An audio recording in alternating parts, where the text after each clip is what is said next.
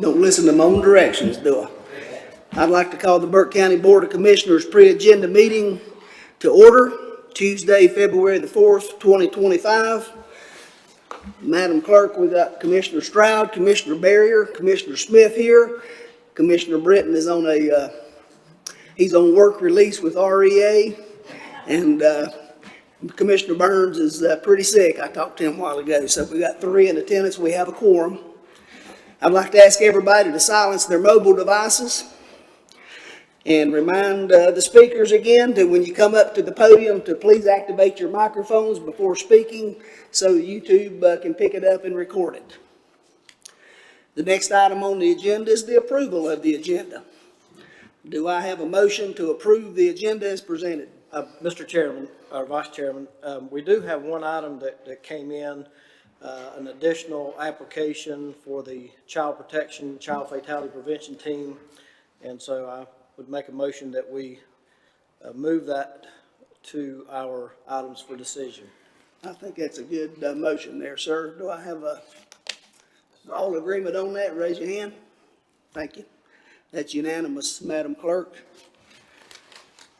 Our next item on the agenda is presentations with the Western Piedmont Council of Governments Transportation Update presented by Avery Ritchie. Good to see her again. Hadn't seen her in a while.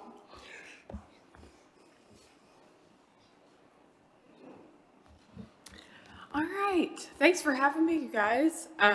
So, as Commissioner Smith said, I am Avery Ritchie. I'm the transportation I'm the transportation planning manager for the Greater Hickory MPO and the Western Piedmont Council of Governments. I will start off by saying that this presentation is rather long. If you want me to cut out parts of it, I am more than happy to. So with that said, I was just going to give a brief overview and not go through the entire presentation. So I will, cover the main topics. The first being just what actually is the MPO, what does it do, what are our planning documents that we have approved each year, that we're under federal law and regulation for producing those documents. Who are our MPO partners? How do they fit in? What are the roles of our Transportation Advisory Committee, as well as our Transportation Coordinating Committee? I understand we have a few new TAC members, especially from Burke County. So I feel like this will be helpful, just understanding the role of both of those transportation boards as we move forward. So again, what we produce, policies that are important in regard to DOT, how we can get additional items such as bicycle and pedestrian infrastructure included in funded highway projects free of charge if the facility is feasible. Our prioritization submittal system, which is basically a fancy way of saying our transportation applications that we submit to DOT every 2 years, including a brief summary of what projects we submitted to DOT this past year in coordination with DOT. Our funded projects in the State Transportation Improvement Program, and this will include all modes, so highway, bicycle and pedestrian, rail, and aviation. So additional funding opportunities, whether that's for bike ped or highway. Public transit, what is happening with the current flex routes that you see in Morganton, as well as the micro transit service area that's surrounding those flex routes. So our long-range transportation plans and what our adopted recommendations are included in those long-range transportation plans. Again, they're not funded, but they're recommended ones.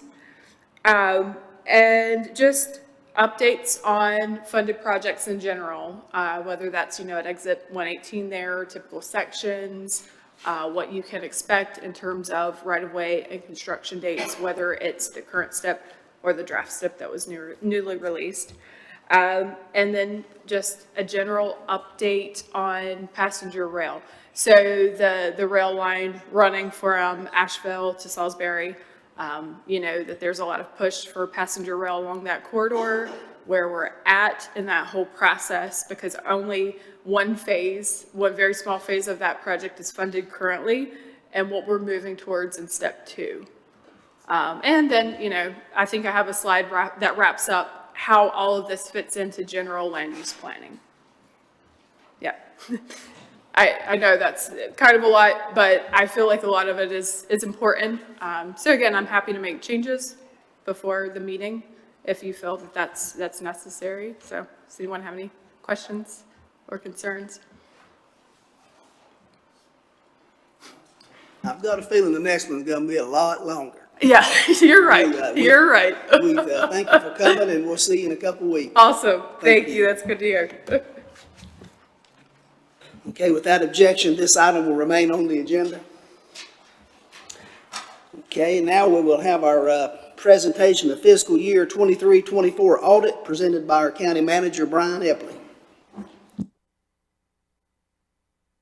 Commissioner Smith, members of the board, this is a continued item from last month. Our audit firm, Thompson Price Scott Adams, Alan Thompson's the principal partner. We're scheduled to be here in January, but the storm that hit the eastern part of the state delayed them, so we've carried that item forward. Each of you have received your audit, and I'm happy to answer any questions about it. We have, as a reminder, assembled an audit committee. Chairman Britton participates representing the board, and then my office and our finance office also participate on that committee. This was the first year of an audit relationship change. For, I guess, the last 20 years or so, Burke County had partnered with or had hired a contracted auditor that we then transitioned this year. So it was the first year of Thompson Price, Scott and Adams. I'm thrilled with the service that we got. I think it was thorough. I think it was meaningful. They've given us some recommendations on how we can be better.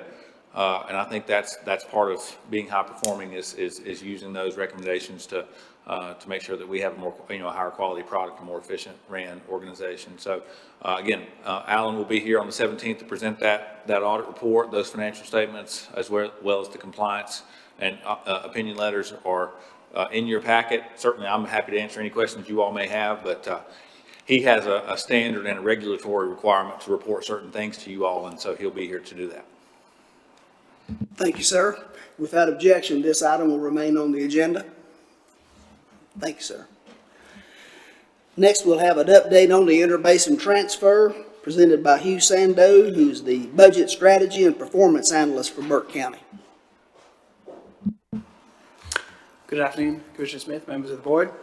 So I'm here standing in on behalf of Mr. Anthony Starr, who will be here at your regular meeting to give you an update on the status of the interbasin transfer request from Charlotte Water.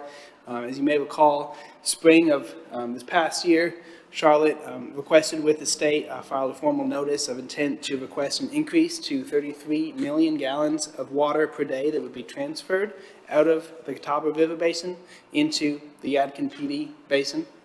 So basically, this request would, if it was granted, would allow them to have guaranteed access to a set amount of water increase over what they're allowed to draw today. Just for context, between Morganton and Lenoir and Catawba County and Hickory and Valdez, they draw approximately 40 million gallons per day. So this request is doubling their existing allowance of water and is almost as much as all of the communities around us are drawing today, which could really hamper future growth and development and sustainment of the water system that we have here. In response to that request, the Western Piedmont Council of Governments formed a committee to advise and make recommendations as far as how to respond to that request and how to address it. I serve on that committee along with representatives from Catawba County, Caldwell County, and some of the municipalities in the area. We've been working through how to respond to that and how to attend the community meetings that Charlotte is hosting ahead of what will happen spring of next year, 2026. Charlotte will issue an official environmental impact report, which ultimately will go to the state for either approval, modification, or denying. So Anthony is going to come in 2 weeks and kind of give you a full update. It's been almost a year since this process started. Talk through all of the strategies that the COG is working through and some of the partners we've engaged in order to make sure that this request is dealt with in the most equitable way possible. Happy to answer any questions that you might have, but he is going to be the expert and he'll have a presentation for you as well at your regular meeting. Has anybody got any questions? With that objection, this item will also remain on the agenda. Next on the pre-agenda is a Western Piedmont Community College presentation of financial data for the period ending December 31st, 2024, which was to be presented by Ms. Sandy Holman, the Chief Financial Officer over at the college. And she won't do a presentation today. We're going to give the entire presentation at the regular meeting in a couple weeks. Without objection, this will remain on the agenda. Okay.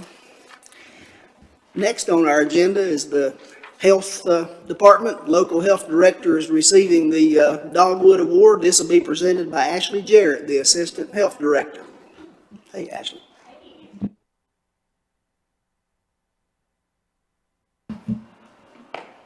Thanks for having me. I'm here to recognize Danny Scalise, our health director, on his receiving of the former Attorney General's Josh Stein's Dogwood Award. It's established in 2017 and recognizes citizens across North Carolina for their work in protecting the health and safety and well-being of citizens in their community. So he received this because of the great work he's done over the last 3 years in Burke County, and the recognition is really important. It doesn't come lightly, and we just wanted to recognize and celebrate him for that. So thank you. Has anybody got any questions? Yes, sir. I just want to say thank you. Appreciate that. Any rewards we get, man, we love them. So thank you, Danny. Good job, man. Thank you. Without objection, this item will also remain on the agenda. Next, we have our Animal Shelter Pet of the Month, presented by Caitlin Settlemeyer. Good to see her again. She's the Animal Services Director for Burke County. Good afternoon. Thanks so much for having us back this month to present a cat and a dog from Animal Services. That will be your pet of the month, and we'll also share just a few updates that we have at Animal Services during the regular meeting. Thank you, Caitlin. Without an objection, this item will also remain on the agenda. Thanks. Next on our pre-agenda is scheduled public hearings. As of now, we have none. So we'll move on to the consent agenda.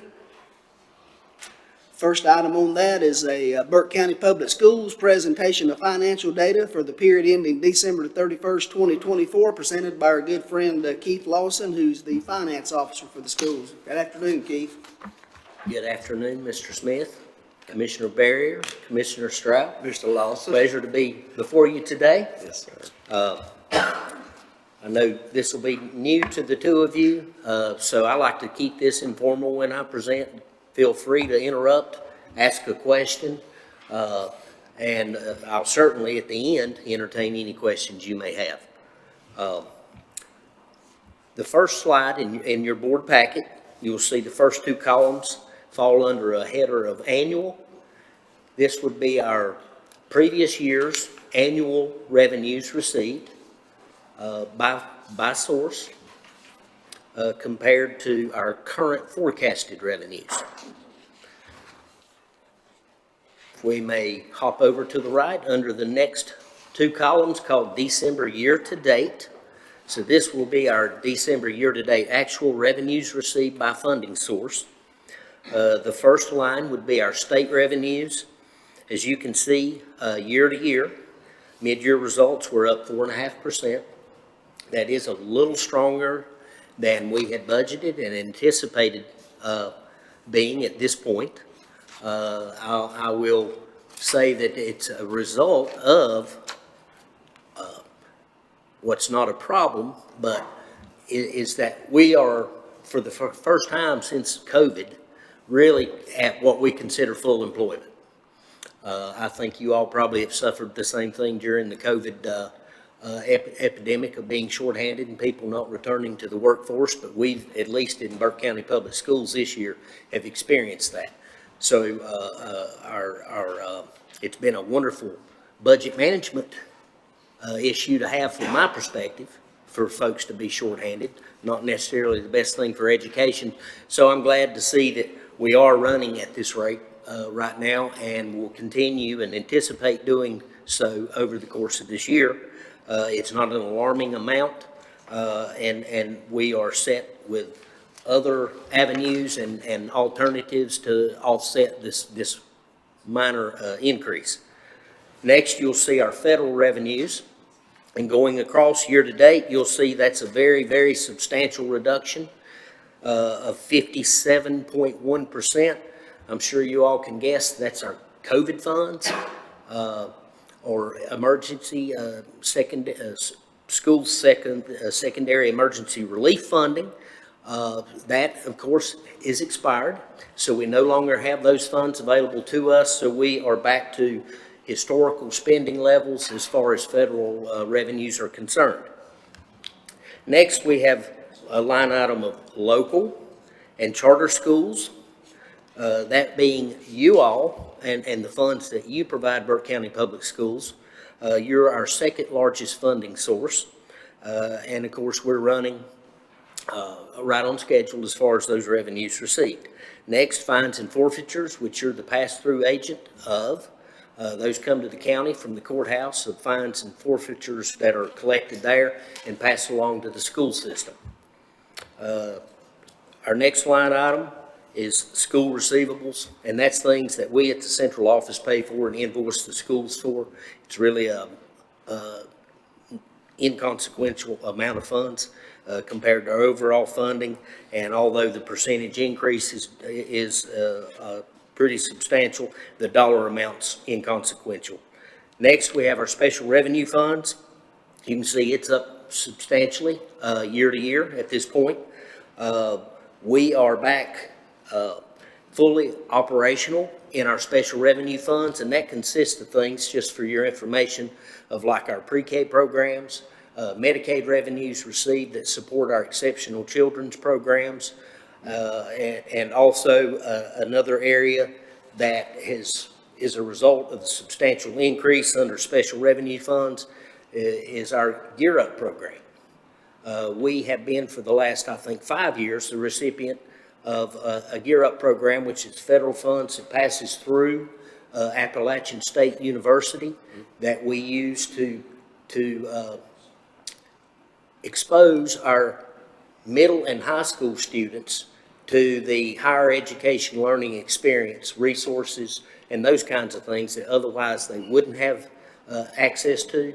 We, this year, have received yet a second round of those funds. So that's a huge infusion to Burke County Public Schools, in order to provide those resources for our kids. The next slide is specifically local funding and how we are spending those funds by source.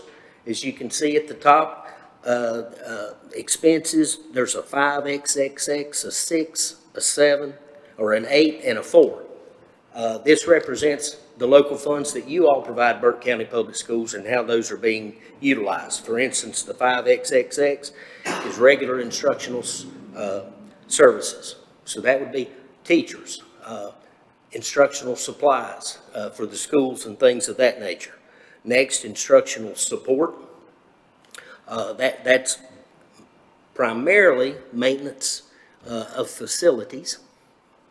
Then we have our other governmental units, which consist of paying charter schools as well as Avery County schools. We have children that live in Jonas Ridge that, for safety concerns, we don't transport them down the mountain to attend Burke, but we pay for those children to attend Avery County schools. The all-important line is the very next one, the 4XXX. And if you'll look to the far right, under total, you'll see with parentheses, $343,114. What that represents is usage of fund balance through mid-year. We've forecasted to utilize $489,000 of fund balance for the entire year, and through mid-year, we've utilized $343,000. So there again, we're running just a little stronger than anticipated. Again, that's a result of we don't have the relief of ESSER funds that's helped aid our operational local budget the last few years. And we're also at full employment. 53 employees, maintenance employees in that department received a 3% state legislated wage increase. As you all are aware, certified supplements were unfrozen last year. So as a result of that, not only did they increase, but then every year as a result, now that they have been restored, when wage increases are passed along to teachers, that supplement amount increases also, because it's calculated based on their current wages. All in all, the one thing that is disappointing to me is I always make it a point to try to reduce our budgeted fund balance usage by at least 50%. I don't see that happening this year. But again, we're in good financial position. We have a healthy fund balance, so we anticipate no issues as a result for the short term. So with that said, I'll certainly be happy to entertain any questions you may have. If there are no questions, right, Mr. Bear's got a question. Hey Keith, I was just curious with the loss of the federal COVID funding, are there any programs or staffing that we hired as part of that are still here that is going to impact those folks? No, sir. I can assure you, and there are many, many districts across this state that did make those recurring commitments. Burke County Public Schools was not one of those. The very last department that we had where there were remaining employees was our school nursing program. We had 4 school nurses that were still with us that, although they lived past the ESSER funding, their job assignment ended in September of 2024. So now we are back flush with no recurring or beyond ESSER funding commitments. Any other questions, Mr. Stroud? Yes, sir. Keith, I'd like to know, what's our, looking over all the documents and things like that we've seen, it seems like we're way behind on our ranking. I haven't wrapped my head around this completely as far as in the state. I know we've come down to 97th, I believe. And, so I know I want Burke County to be great in that area, so I don't want us to be leading in that area. I want us to be down in the... You're referring to our statewide ranking in funding? Maybe I'm off a little bit on this. I'm just Brian? I think Commissioner is talking about our per pupil funding, local contribution compared to the other roughly 115 or 16 LEAs in North Carolina. I Okay. just want to make sure we got all the funding we need for our kids and their systems, whatever we're doing collectively to in that regard. So, Okay, I'll try to be brief, but if. Just make it brief, yeah. If looking at this slide, you'll notice that in 2022, 23, you'll see a grand total there of $16.6 million. See that number? Yes, sir. Okay, we slide over to 2020, or 23, 24, you see that increases to 20.3 million. That is a direct result of an infusion in cash from you all. We had a very, very long-standing, I guess it was, I don't know, we were one of two counties in the entire state of North Carolina that had a certain capital funding that was being set aside and was staying in the capital fund rather than being available for use by the public school system for operational costs. So we were flush in one area and starving in another. Mr. Epley and some of his friends figured out and worked through all that convoluted mess to get to the bottom of that. We had special legislation, as I understand it, that overturned and that original decision. And so now our position, I don't know what it currently stands at. I'll be happy to find that information and get that to you as far as our ranking, but it is much improved over what you were referring to. Just one more thing, the funding, when we get funding, it seems like in the future, it might be great if we can really be preemptive when this funding runs out. We're gonna do. I don't know how that stuff works, so y'all be gentle with me and slow. So that when people's positions don't run out. I mean, we don't want people, have a position and feel like they're working and then it's not needed and sorry, the money ran out. We don't want the money to run out next time.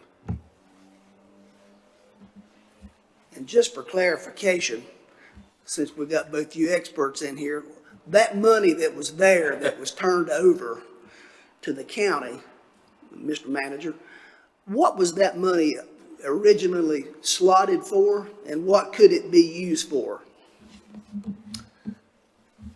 So this is a much longer conversation. It would take about 30 PowerPoint slides to get We through. want the Reader's Digest version. Connect the dots, yes. In 1983 and again in 1985, the General Assembly passed special legislation that impacted Burke County only, and essentially there's two articles of sales tax that make up about 1.5 cents of what come to the county, and restricted it just for school capital.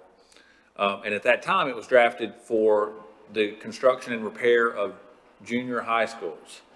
There were certain triggers put in the legislation that was later litigated in 2005 and 2008.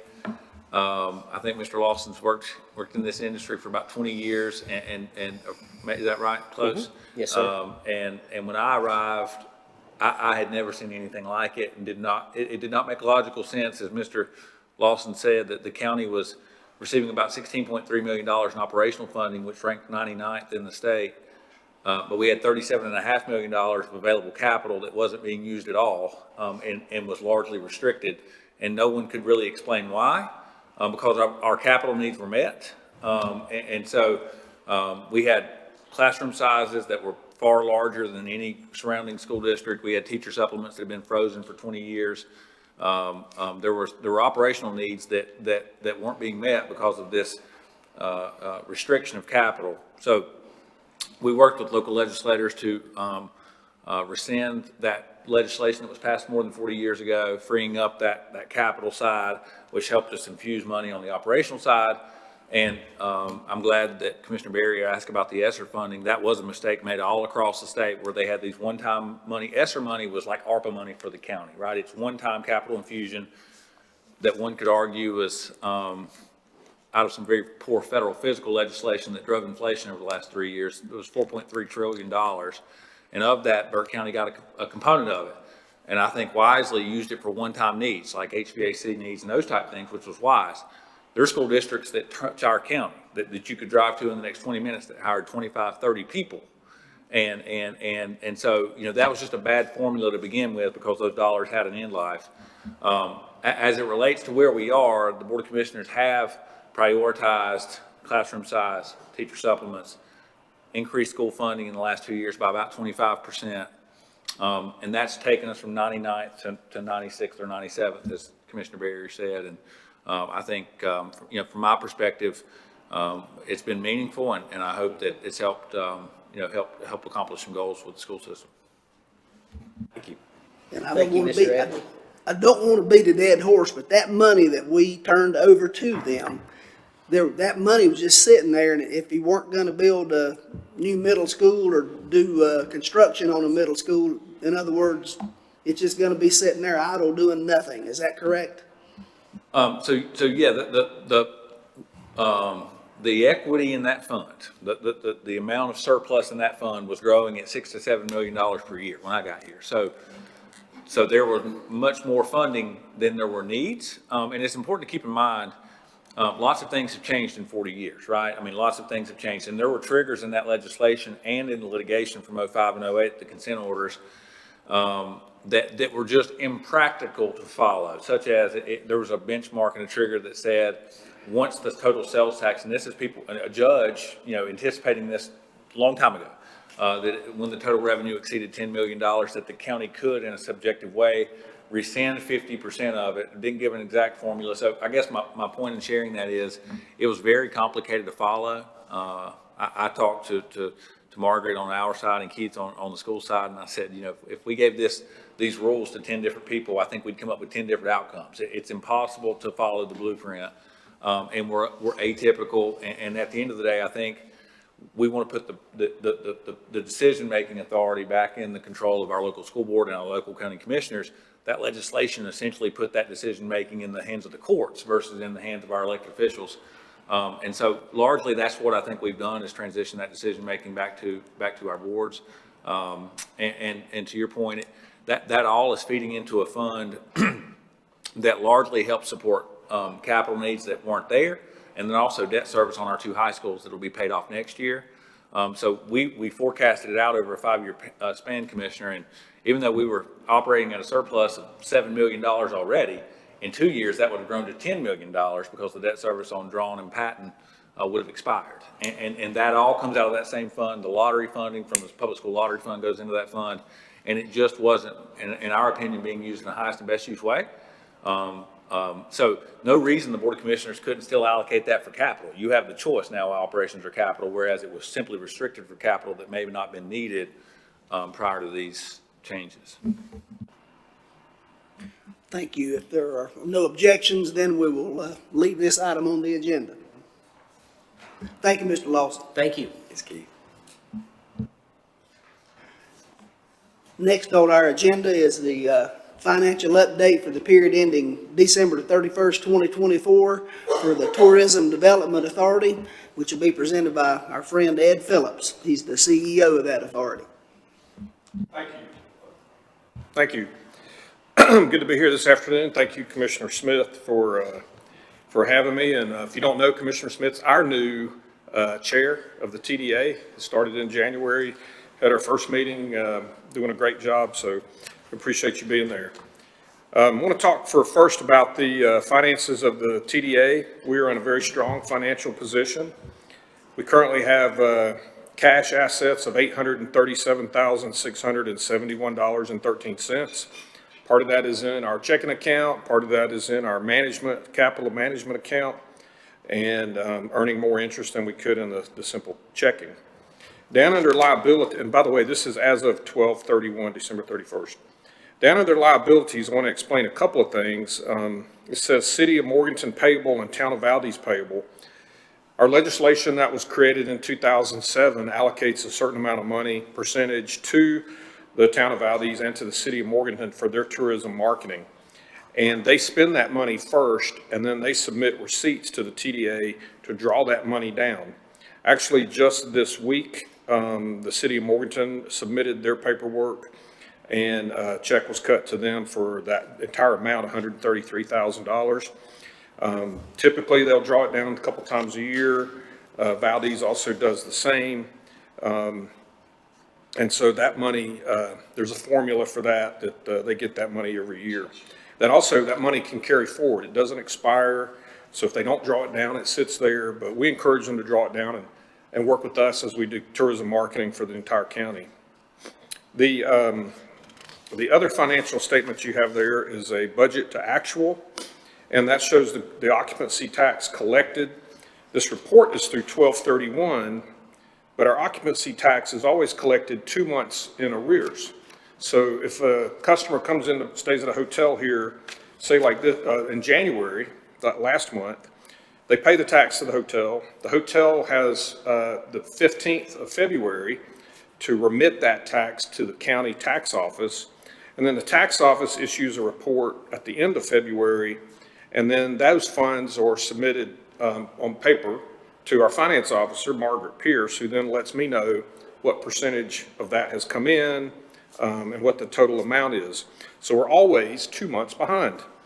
And so December 31st doesn't actually cover 6 months of occupancy tax collections. It's more like 5 months. So we're always a little bit behind on that.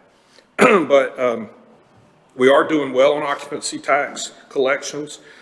I want to talk about the storm for a minute. So our hotels remain full to this day since Hurricane Helene hit.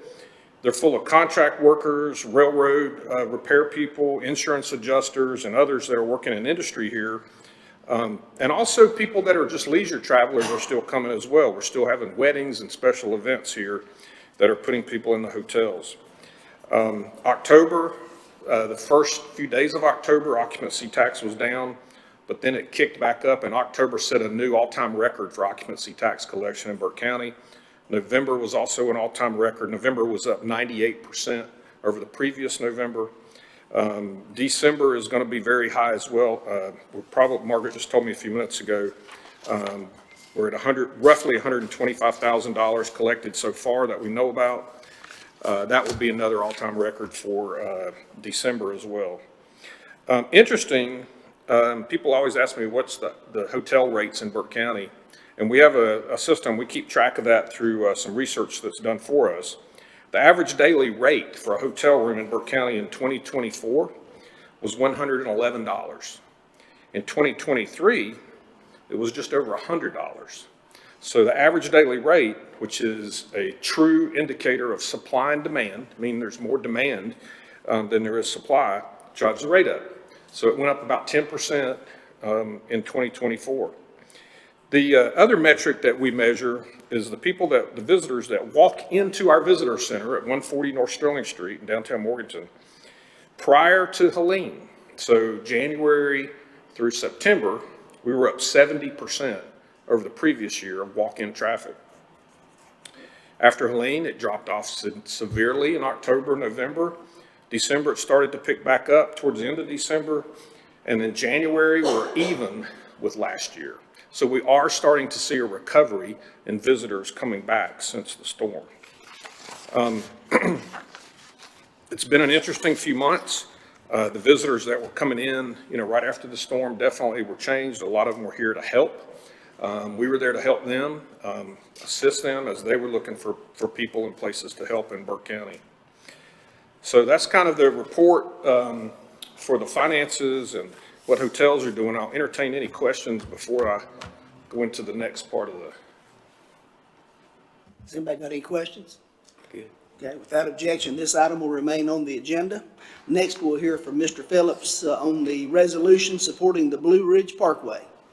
Yes, so I wanted to present this resolution to you guys today. I had a Teams call similar to a Zoom call with the superintendent of the Blue Ridge Parkway 2 weeks ago. I had requested that from her because Blue Ridge Parkway, the Linville Falls Visitor Center, is our #1 attraction in Burke County. It has been for years and years. Over 1 million people visit the Linville Falls Visitor Center, and I'm sure you guys know where that is, right off the Parkway up there. So the storm, and this is the Parkway's statement on this, the Linville Falls Visitor Center was heavily damaged and considered a total loss. Repairs to the infrastructure will not be completed in 2025, and the area will remain closed off of the Parkway. The Linville Falls Campground was also damaged and may not reopen in 2025. That opening date here has yet to be determined. The Linville River picnic area, which is on the Linville River across the street from Linville Falls, was also heavily damaged and definitely remain closed in 2025. Also, access to the Linville Falls overlooks from the U.S. Forest Service gravel parking lot, which is located on Old NC Highway 105, is closed. The parking lot's clear, received no damage, but the trail from there down to the Linville Falls was heavily damaged.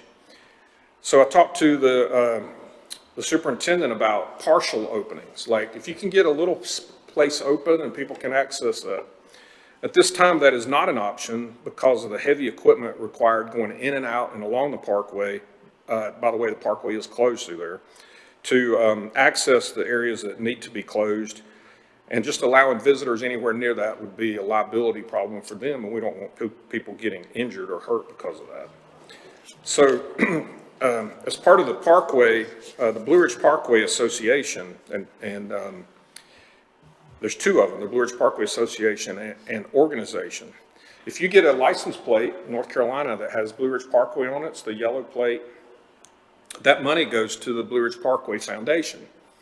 And that foundation then takes that money and helps the parkway make repairs, helps the parkway market and promote what's going on the parkway. So that's a very important organization with the Blue Ridge Parkway. So they approached me about asking the county commissioners here to support a resolution supporting funding for repairs and strategic implementation of the Blue Ridge Rising Action Plan along the Blue Ridge Parkway. The parkway generates approximately $1.4 billion in visitor spending and $1.8 billion in total economic output. Did you know the Blue Ridge Parkway is the most visited national park in the United States? 17 million people traveled the parkway last year. So it's an important park to us in Burke County. We have a little less than 5 miles of the parkway goes through the county, but it is heavily visited. So the resolution, I'm not going to read it, but doesn't ask for any funding from the county or anyone else. It's just a supportive resolution, and so I ask that you endorse and support this today. Does anybody have any questions? Okay, without any objection, we'll leave this on the agenda. Thank you, Mr. Phillips. Next, we'll hear from Caitlin Settlemeyer again from Animal Services about a proclamation declaring February as Spay and Neuter Month. Good afternoon again. I hope that you would join us in recognizing and proclaiming February as Spay Neuter Awareness Month in Burke County. Responsible pet ownership is a cornerstone of a healthy and humane community, and one of the most impactful ways we can support that is through spaying and neutering our pets. Pet overpopulation continues to place a significant burden on shelters, leading to overcrowding and, unfortunately, the euthanasia of otherwise healthy and adoptable animals. However, spaying and neutering has been scientifically proven to reduce these numbers, prevent certain health and behavioral issues, and lessen the strain on county resources. Here in Burke County, we are fortunate to have the dedication of Animal Services Foundation, Reason, local veterinarians, and rescue organizations working hard to provide access to affordable spay and neuter services. Their efforts help ensure that pet owners and community caregivers have the resources they need to make responsible choices. By increasing public awareness and encouraging participation in these programs, we can create a more compassionate and sustainable future for animals in our community. We encourage all residents to take action, spay and neuter your pets, support local initiatives, and help spread the word about responsible pet ownership. And together we can make a lasting impact. Any questions? Thank you, Caitlin. Without objection, then we'll leave this on the regular agenda. Thank you. Okay, our next, we're going to go past 5 there down to number 6. Approval of budget amendment number 9, $329,871, presented by Mr. Brian Epley, our county manager. Thank you, sir. This is a request to budget, $329,000, as you said, $871. This is all a state grant from the Department of Public Health. We received an administrative agreement with that guides the parameters, and we're largely trying to use that to improve, offset existing costs, but also provide some additional support as we try to manage through environmental health and getting more current, using some contract labor and some other things. So the budget amendment's in your packet for review. I'm certainly happy to answer any question you want, but it's just to request a budget, a state grant. Does anybody have any questions? Okay, without objection, this will remain on the agenda also. Our next presentation is from the Tax Department, which is a tax collection report for January 2025, presented by Namrita Nelson. Hey. Hi. I think I turned the mic on. Good afternoon, Mr. Chairman, Mr. Vice Chairman, and members of the board. I'm here on behalf of our tax administrator, Mr. John Bridges, who is feeling a little under the weather. I was here to go over a couple of key matrices from our department. First off is the status of collections for fiscal year ending January 31, 2025, so that's 7 months. Property tax, the amount collected is $51,634,093.25. That's 94.23% collected. The balance to collect is $3,159,085.75. Motor vehicle tax, amount collected is $3,238,290.04. That's 63.79% collected. The balance left to collect is $1,837,953.96. Current year taxes collected were $54,872,383.29, which is 91.65% collected. Balance left to be collected is $4,997,039.71. Delinquent taxes, $393,383.73 collected, which is 56.22%. Amount left to be collected is $306,616.27. Penalty and interest is $203,761.07, which is 61.98% collected. Balance to be collected is $125,238.93. The tax levy collected was $70,250,389.11. Amount collected year-to-date was $51,634,093.25. The percent collected was 73.5%, and the balance left to be collected is $18,616,295.86. The status of refunds and releases for the month of January. The reported amount was $11,778.31. Rebilled amounts were $4,557.60. Released $7,220.71. And that's our report. Does anybody have any questions on item number 7 there, the tax collection report? Okay, if there are no questions or objections, then that item will also remain on the agenda. And do we have any questions on the release refund report for January 2025? No. Okay, without objection, this item will remain on the agenda. Thank you, Ms. Thank you. Navarrete. Appreciate that. Yep. Thanks, Ms. Nelson. Okay, next on the agenda is items for decision. Number 1 on that is the clerk appointments to the Burke County Planning Board, presented by Kay Drone, clerk to the board. There's 2 seats, both are for the east, and we have 3 applicants, I believe, at this time. Thank you, Mr. Vice Chairman, members of the board. This is a request to make some appointments to the Burke County Planning Board for seat number 1 and seat number 2 that are both east, as Commissioner Smith indicated. And as of today, we have 3 applicants on file at this time. We could have some more by the time the meeting rolls around, and if they are, we'll certainly include those for you. The term for seat number 1 is to complete the remainder of a term ending September 30th, 2027. And for seat 2, the term ends September 30th, 2025. I'd be happy to try to answer any questions you might have. Does anybody have any questions? Sir. Okay. With that objection, this item will remain on the agenda.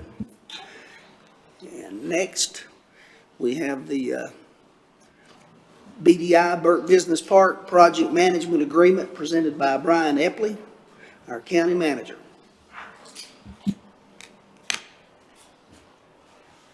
Thank you, Commissioner Smith. I think the board's aware that in late December, as the legislature took action on a variety of bills, there was modifications made to funding that was provided to BDI in October of 2023 for an economic development grant that was originally $35.8 million and earmarked specifically for the Great Meadows Industrial Park. As we've talked about many times, the funding was split into two distinct channels. Of the $35 million, roughly $22 million was unrestricted and could be used, at the discretion of the local project managers, but about 13.8 of that was restricted for water and wastewater infrastructure expansion. The property, BDI has an option with the property owners that goes through 2033 at an acquisition price of $32 million. So the unrestricted portion isn't sufficient for that, nor is there enough of the grant available to start to develop the product. And so really this idea of could we create flexibility with those funds to do something meaningful in the lens of economic development, job creation, and tax-based investment in Burke County. And this is, that legislation was considered by the General Assembly as part of many bills in December and approved, granting flexibility for $20 million of the 22 unrestricted. The 13.8 stays as it was.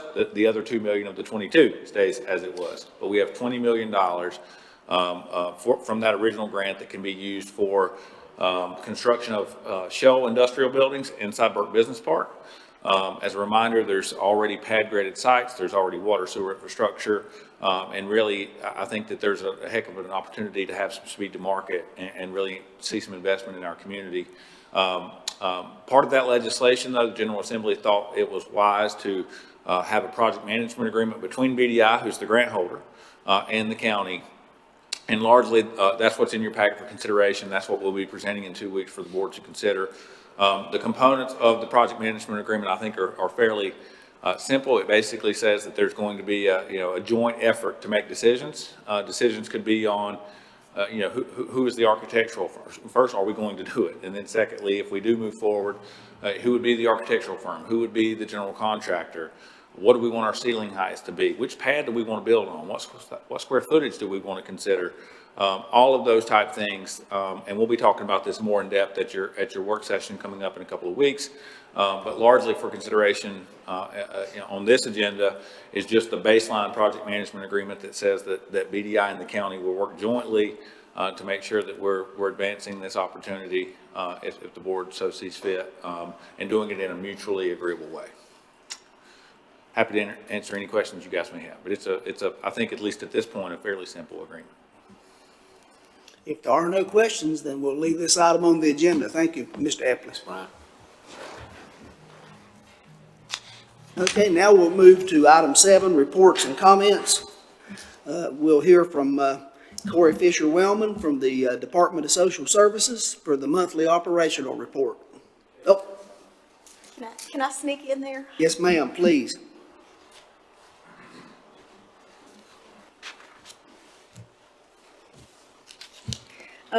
Your third decision item is the appointment to the Child Protection, Child Fatality Prevention Team that you moved as part of your agenda approval.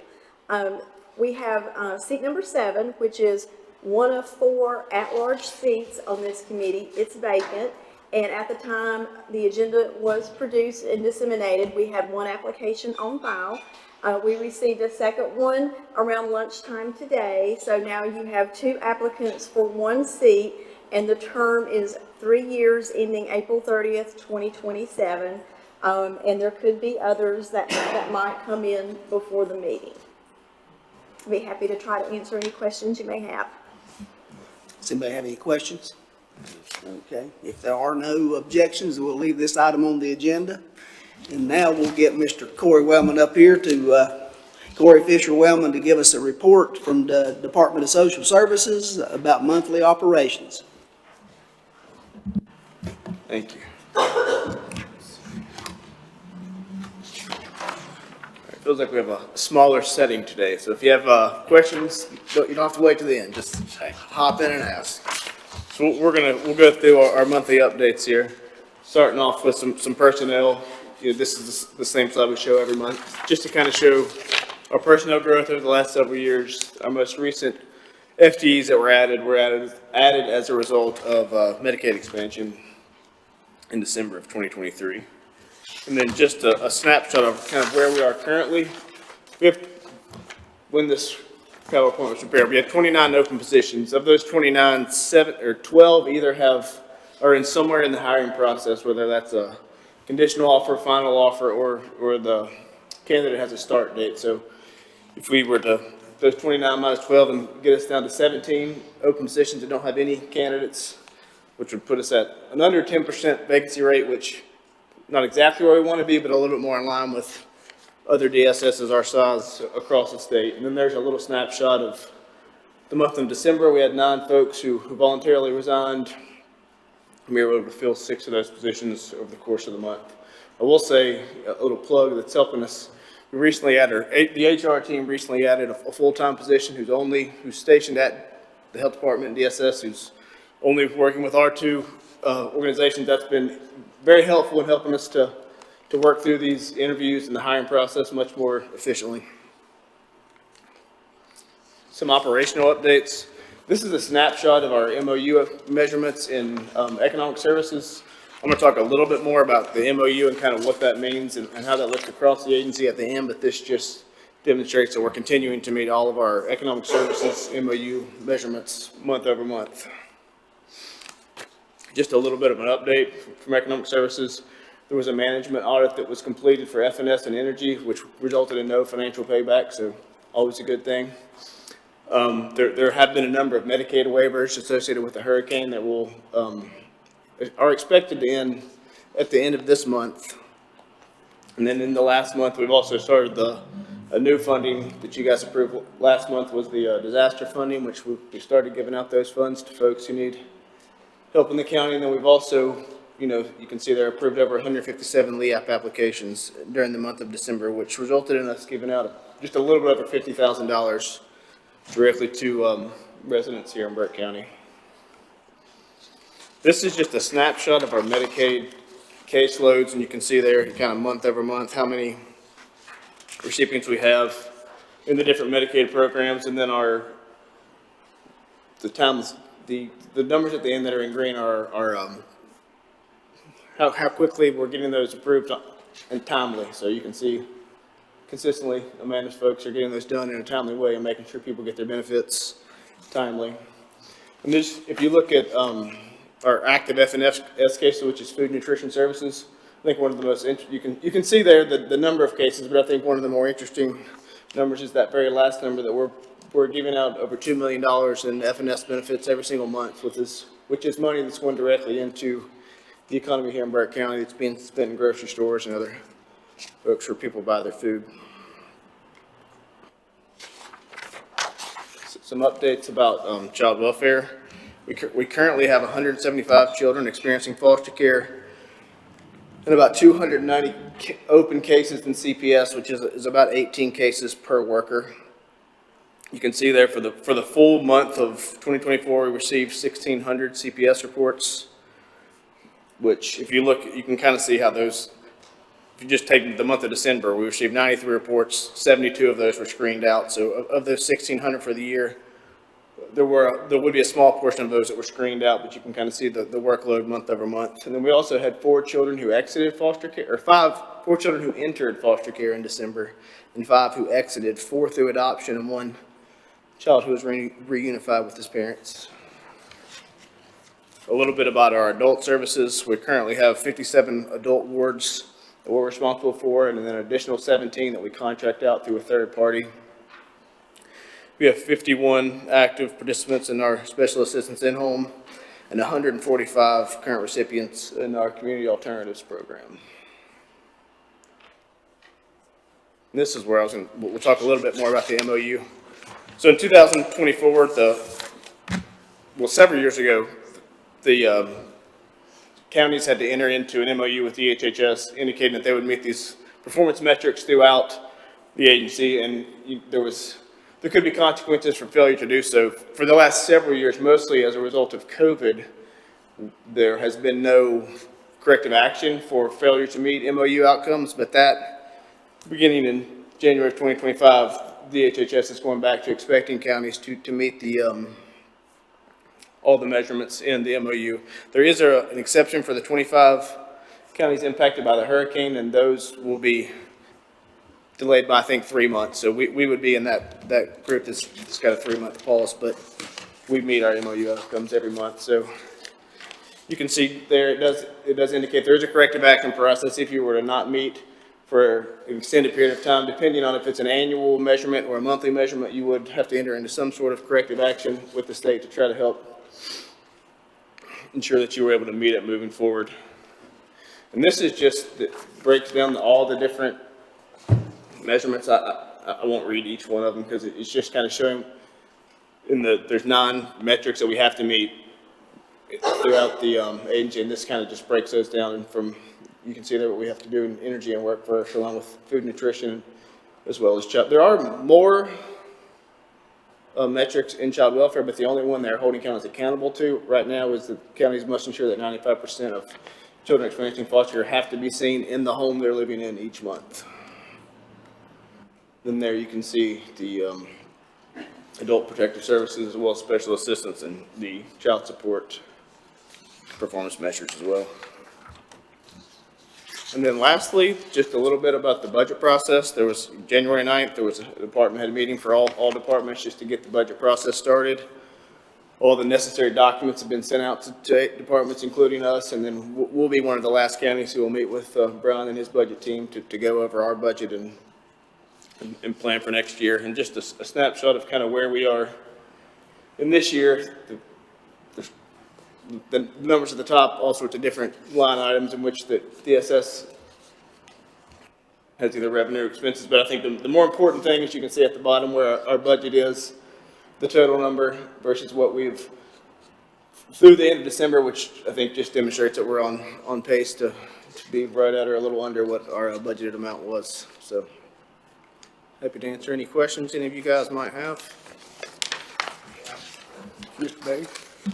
Hey, Corey, usually we don't make decisions on pre-agenda, and we did in January about the LEAP funding, I believe you It was called it. the emergency funds, yes. Yeah, can you remind me what that total was?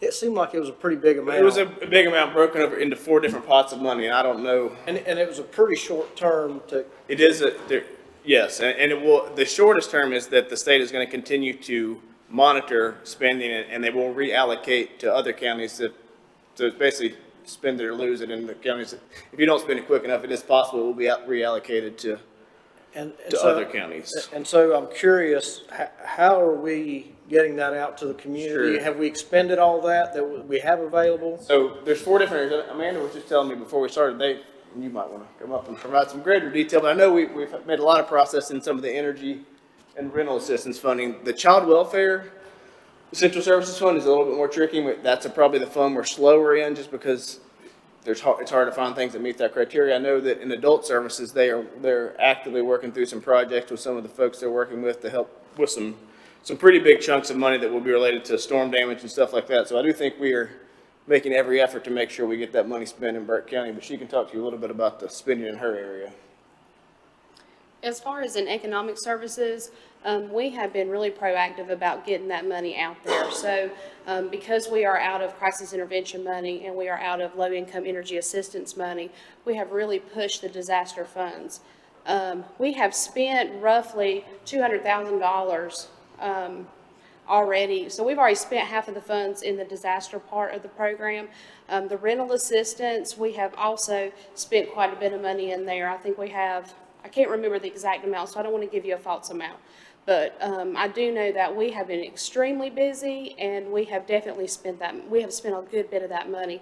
Matter of fact, the state had reached out to us about, did we want to reallocate that money?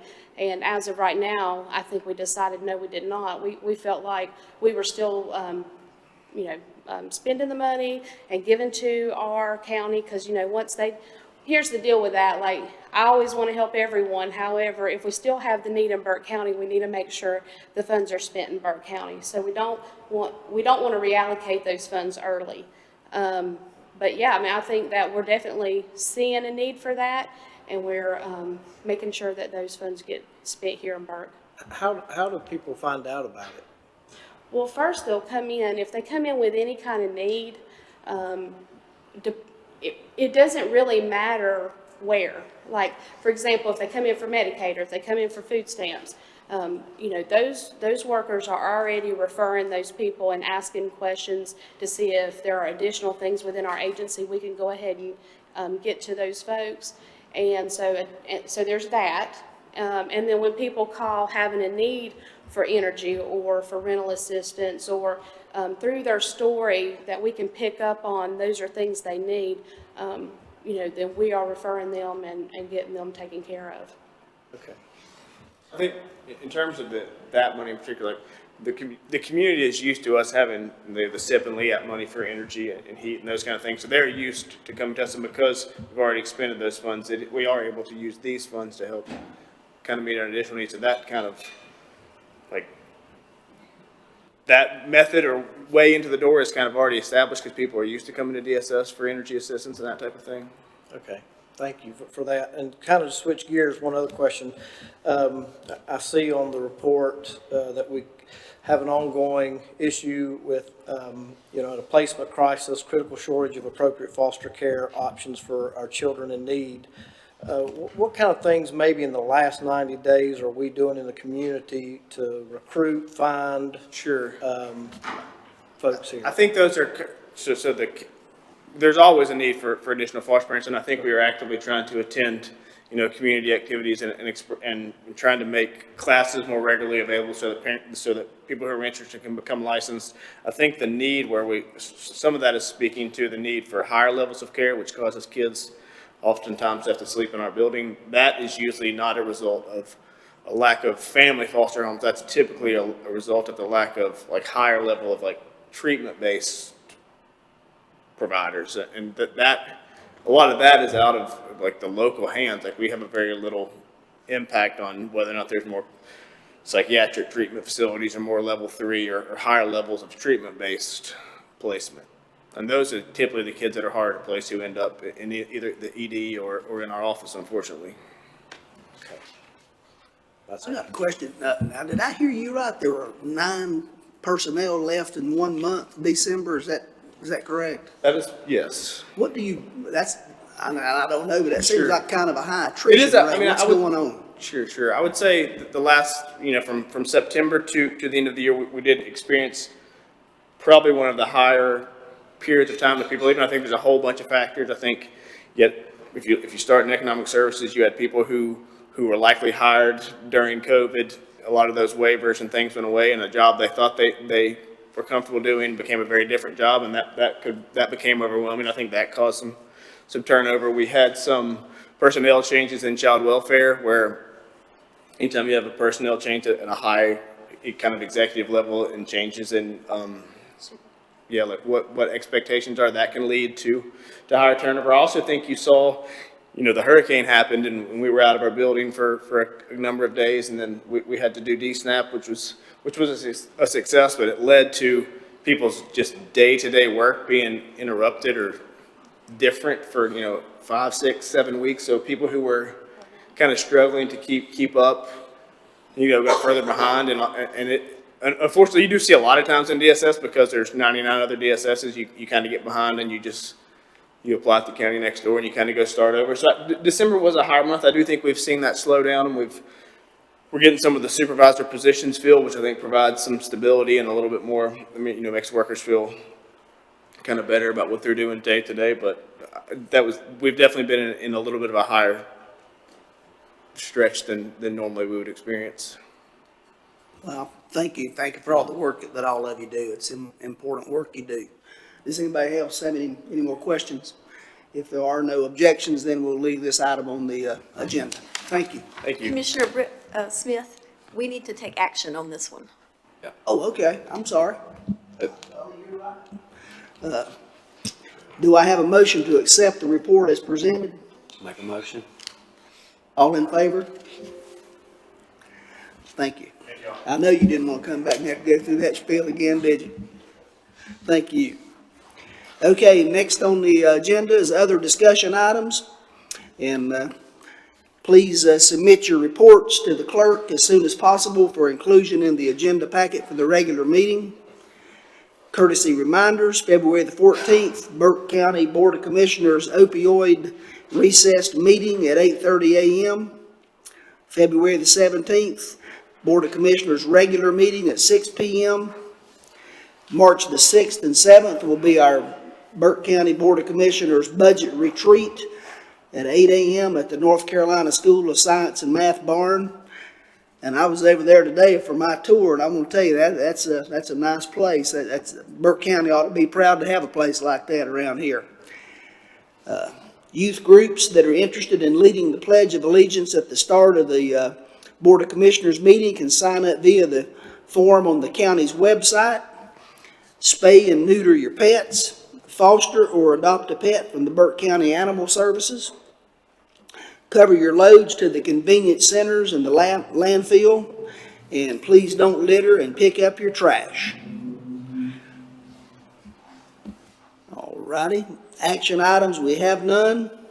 Do I hear a motion to adjourn? Or does anybody else have anything that they want to say on the other side of the room over there? Or we good to go?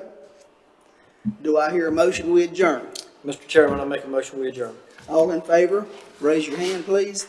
Madam Chairman, that's a unanimous vote. Thank you.